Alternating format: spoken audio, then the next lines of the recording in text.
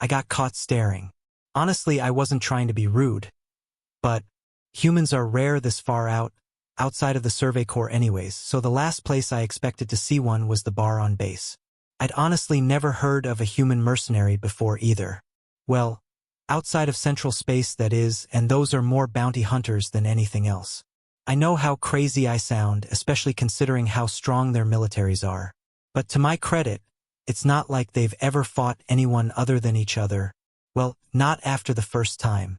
So you can only imagine my surprise when a hulking Goliath of a human wearing some sort of combat gear bearing the insignia of the newest merc company the brass had hired walked in as if he'd been here for years. Especially a hulking Goliath of a human wearing some sort of combat gear and what looked to be an old Empire slave collar. I half expected to see some gaudily dressed merchant straight out of the pages of our history books come in and try and sell him. Then we made eye contact. And I stared a little longer. I then quickly returned my gaze to my drink and gulped down half of what was left out sheer nervousness. Much to my dismay, I heard the telltale sound of bipedal footsteps behind me. I tensed up, ready for something, I don't know. A fight, a proper shaming, maybe even a disapproving glare. What I didn't expect was for the big human to just plop right down next to me and start speaking. Do you want to know the worst part about being a human fighting on the front lines of someone else's war? He asked, flagging down the bartender and ordering a large pitcher of some bubbly amber liquid. The danger? I asked, the lack of confidence in my voice making him laugh mid-swig and nearly choke on his drink. No, it's not the danger, he finally said after he stopped cough-laughing. At least not for me, it's not. Hell, that's half the reason I'm a merc in the first place, he said, laughing once more and shaking his head. Keep guessing. The unsavory reputation? I asked, less afraid now and more confused. Nice try, he said, smiling broadly and showing an unsettling amount of teeth. But it isn't the bad reputation either, he said, taking another sip from his pitcher. Again, at least not for me, he added before I could speak. I understand why us mercs have the reputation that we do.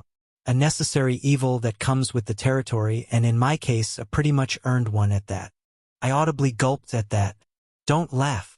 What would you do if a towering behemoth of a human told you that they had earned the bloodthirsty reputation that mercenaries have? Anyways, after the human was done chuckling to himself, I spoke once more.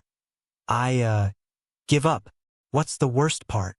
The big human took another large gulp from his pitcher before setting it back down and looking me straight in the eyes.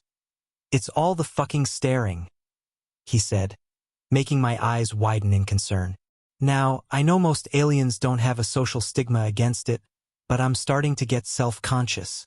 Makes a fella think that there's something wrong with him, he said, turning his body fully to me and leaning closer as a harsh, unsubtle hardness came into his eyes. So tell me. There's something wrong with my pretty face? No. I sputtered, only to be cut off by the human's raucous laughter. The harshness in his eyes visibly melted away as he continued to laugh and rock about dangerously on the stool. Part of me was honestly worried that he was going to fall off of it. I'm just fucking with you, man, the human exclaimed, slapping my back with what would be to him a light smack, but to me it felt like my shoulder was going to crack. But seriously, the staring does get old fast. I'm a sapient just like everyone else in this room, so if you have a question, just ask me, he said, smiling broadly and turning his body back to his drink. I decided to take him up on that offer, opening my mouth to speak several times only to reconsider the questions as I realized they were rather dumb. All right, I finally said after the human had finished half of his pitcher. What's with the collar around your neck? The human said with a nod, quickly swallowing his beverage and setting down the large glass. This? He asked, prompting me to nod into a sip of my own. Made it myself, actually, a limiter collar. My commander has a button that he can press that causes it to constrict and limit the blood flow to my brain slightly. I blinked in surprise at that. Why would your commander need to limit the blood flow to your brain? I asked, incredulous as to who the hell my commanders had just hired. The human sighed and looked a bit chastised for some reason. Because I'm a battle-hungry error untranslatable, who doesn't know when to stop fighting. I blinked a few times as he took another sip of his beverage. I'm sorry, but I didn't quite catch that word. The translator couldn't parse it. Oh, I guess your species never experienced the phenomenon, he said, scratching his jaw for a moment in thought. Well, to be fair, the list of species that do is rather short. I guess the best way to describe it is a battle trance of sorts. That caught my interest. Meditation in trances was not an uncommon state of mind for sapient to achieve, but to do so in battle seemed dangerous. So, when in battle you use this collar to keep yourself from achieving that state of trance because it is dangerous. He laughed loudly again. No. Quite the opposite in fact, although you aren't wrong about it being dangerous, just not dangerous to me. I'm sorry, you've lost me, I said, setting down my beverage and turning to face the human more directly. How is achieving a state of trance in the heat of a battle not dangerous to you, but instead, if that look on your face is anything to go by, dangerous to the enemy of all things? Well, the human said, dragging out the word as he thought, it's not a real trance. It almost feels more like a half-trance than anything else, he said confusingly. The best way I can describe it is this. A fog comes over part of my mind, the kind of fog that you would associate with a normal trance. It makes the world feel like there's nothing but the present moment. No past, no future. Just action and reaction. Time seems to stretch on as well, like the world is slowing down, he said, gesturing his hands with each sentence as if to try and better explain the experience. Now, the part that doesn't get cloudy, the part of my mind that makes me want to fight and kill, and enjoy the experience, gets much sharper. I don't feel pain, fear, or much of anything besides the raw elation of the battle happening around me. It's, the human said, shuddering slightly, it's an intoxicating experience, the feeling of total dominance over the world around you in the moment. Your past actions don't matter and you don't see any consequences for your actions, he said, chuckling darkly to himself and staring at his drink. It's great when fighting, just point me at the enemy and watch me go. But I don't exactly see any reason to stop when the fighting is over, the human said, genuine shame creeping into his voice. So, I built this, he said, touching the collar tenderly and smiling. And I gave the controls to someone I trust. This way, I don't have to worry too much about doing something I can't take back. And my boss may be a lot of things, a bloodthirsty, money-grubbing mercenary being chief among them, but he doesn't fight for assholes, and he doesn't order us to commit atrocities just because we get to skip the system when the fighting is over and done with. I was surprised at the amount of forethought that the human put into this. But as I contemplated further, I found a single question seemed to jump to the forefront of my mind. Then, if you're so worried about doing something you'll regret, why do you still fight? The human's face turned an alarming shade of red and his back straightened sharply. He reminded me of a common sneak thief who just had a flashlight shone on them. Well, he said, drawing out the word again and rubbing the back of his neck. Remember when I said that the experience was intoxicating? He asked, making me nod once more. I kinda got addicted to it, he said, his face full of shame, and something approaching a perverse pride. Nothing compares to it. Not even hard drugs can come close to the experience. I can't help it. It just makes me feel alive. We both turned then to the sound of the door opening once more to see several other humans all dressed exactly the same as the one sitting next to me. All bearing the distinctive collar as well. Waved the human over. Well, it's been fun, but it looks like my family's here. See ya on the battlefield, he said, turning to the bartender. Oh, and keep my tab open, he added with a wink before walking off and embracing one of his fellow mercenaries warmly with the arm that wasn't still holding on to his pitcher. Don't give me that look. I wouldn't be telling this story if that was the sum total of my interaction with that human. I thought he was lying, just fucking with me, as he so eloquently put it.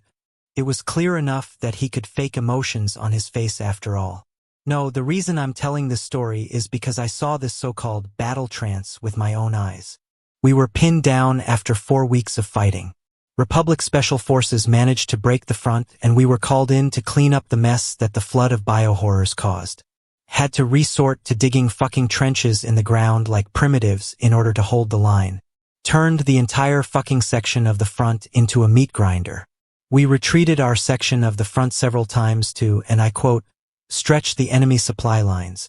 But we couldn't retreat any further unless we wanted to put civilians into the range of Republic artillery, to say nothing of what those bastards would do upstanding citizens of the Empire if they were able to unleash their bio-horrors on them.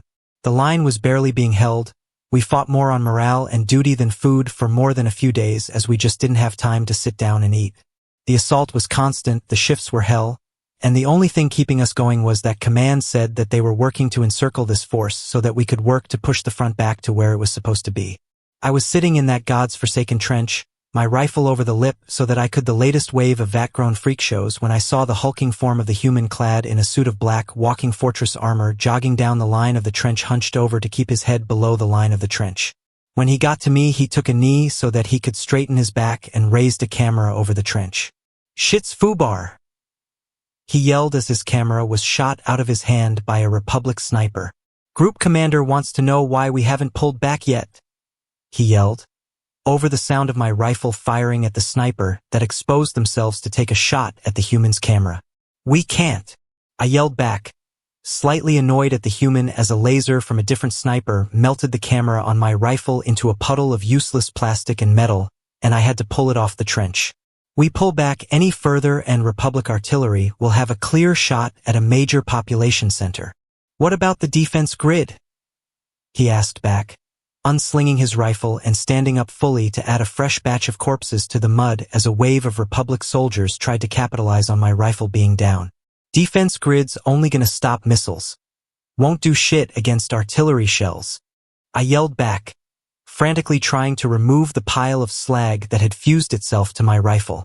Between shots and swearing, I heard the human say, "Understood, holding current position." A short while later, the commander of the mercenaries came sprinting down the trench as I and the human began working together to suppress the enemy. "Commander!" the human shouted, turning his head to look at his superior officer only to have a kinetic round plink off of his armored skull. He took a knee again, more out of annoyance than fear of being shot in his armor. "Cody, gimme a fucking sit rep," the stocky, scaly alien shouted over the din of battle. "Got civvies at our backs, sir. Can't pull back unless we want to leave 'em open to a pounding from 2 horizons over," the human responded curtly. The commander scratched his jaw for a moment and sighed loudly. Times like these that make a soldier wish that orbital bombardment wasn't a fucking war crime. He grumbled to himself, making the human laugh once before he stood again and started firing at the enemy once more. The mercenary then turned to me. "What's the chain of command doing about all this?" he asked as the human calmly scooped up a grenade, pulled the pin, and tossed it halfway across no man's land. "Well, standing orders are to hold out till they can encircle the enemy and support us from behind. I don't like those orders, or the odds that they'll succeed. How about you, Brady?" "No, sir," the human shot back, kneeling back down and putting a new magazine into his rifle. "Them sounds like try not to die orders to me, and I came here to fight a war, not die in one." The commander nodded and took a step back as 2 more mercenaries carrying a jump pack and a fucking monosword. "Brady," the alien began as the 2 other mercenaries latched the jump pack onto the human's armor. "I can't believe I'm about to give this order, but we need someone to make an opening for us. I'm gonna get the top brass to shell the shit out of the enemy. After that, it's your turn. Put these monsters in the dirt." The human's back straightened significantly, and as he took a deep breath in, I could see tension both wash in and out of his figure in different places. He exhaled a deep, almost groaning sigh of breath that reminded me of the sound a predator makes when they know their prey can't escape from them. He stood and watched as he heard the first of the artillery shells hit home, the fire reflecting off of his helmet as he simply watched and waited till the final shell fell, and the only sounds coming from the enemy lines was the noise of soldier and monster alike licking their wounds and counting their dead. Without a word, he grabbed the monosword and activated the jump pack, soaring into the air and crossing the battlefield at a suicidal pace, joined by dozens of similarly armed and armored figures from other parts of the trench. I heard a lot of things then. The first thing being silence. Immediately after the living missile took to the skies, both sides stopped firing for the first time in weeks. The second thing I heard was a concentrated volley of fire from the enemy lines unlike anything I'd ever heard. It sounded like every Republic sniper, soldier, and every biotech holding a gun had turned it to fire at the humans and that they did so in unison. The amount of tracer rounds, laser beams, and plasma shots streaking through the air around them seemed to lend to this theory rather nicely. It was only after I saw them touch down that I heard the roaring. For about a minute, all that could be heard was screaming biohorrors and gunfire. After that, the mercenary commander ordered his men over the side, and all along the trench all began charging. I thought they were mad, that at any moment the Republic soldiers would riddle them with holes, but the shots never came. I quickly radioed my superiors that there was a breach in the enemy line and followed after them with the rest of the bewildered Empire forces following shortly thereafter. After a nervous sprint across no man's land, I arrived to find a scene of carnage straight out of a banned video game. So many of the monsters were dead that the air smelled of nothing but blood and ash. So many of the monsters that had terrified us for weeks riddled with holes or cut to pieces. Their faces were macabre masks of animalistic terror. Some bodies were frozen in the middle of running. It looked as though they had seen death itself and had just enough time to realize that they weren't the alpha predator anymore before they were ripped to shreds. The mercenaries were trying their best not to look at the carnage around them, instead following their commander through the trenches in search of the human as I heard more of my fellow soldiers rushing the position behind us. The first thing we found was his jump pack, spinning in a circle on the ground as it leaked fire from a large hole in its side. The next thing we found was the human's gun, broken in half with each of those halves embedded in the chest of a different headless creature. Next we came across the human's mangled forearm, still clad in his armor and clutched firmly in the jaws of a particularly ugly creature with a smug look on its face and a gaping stab wound between its eyes. I honestly couldn't believe it when I realized that the human had cut off his own arm, as even 3 of the mercs working together couldn't dislodge the shredded limb from the beast's jaws. Finally, we found the human himself. He was facing off against what could only have been a command drone right outside of an open tent full of cowering biotechs.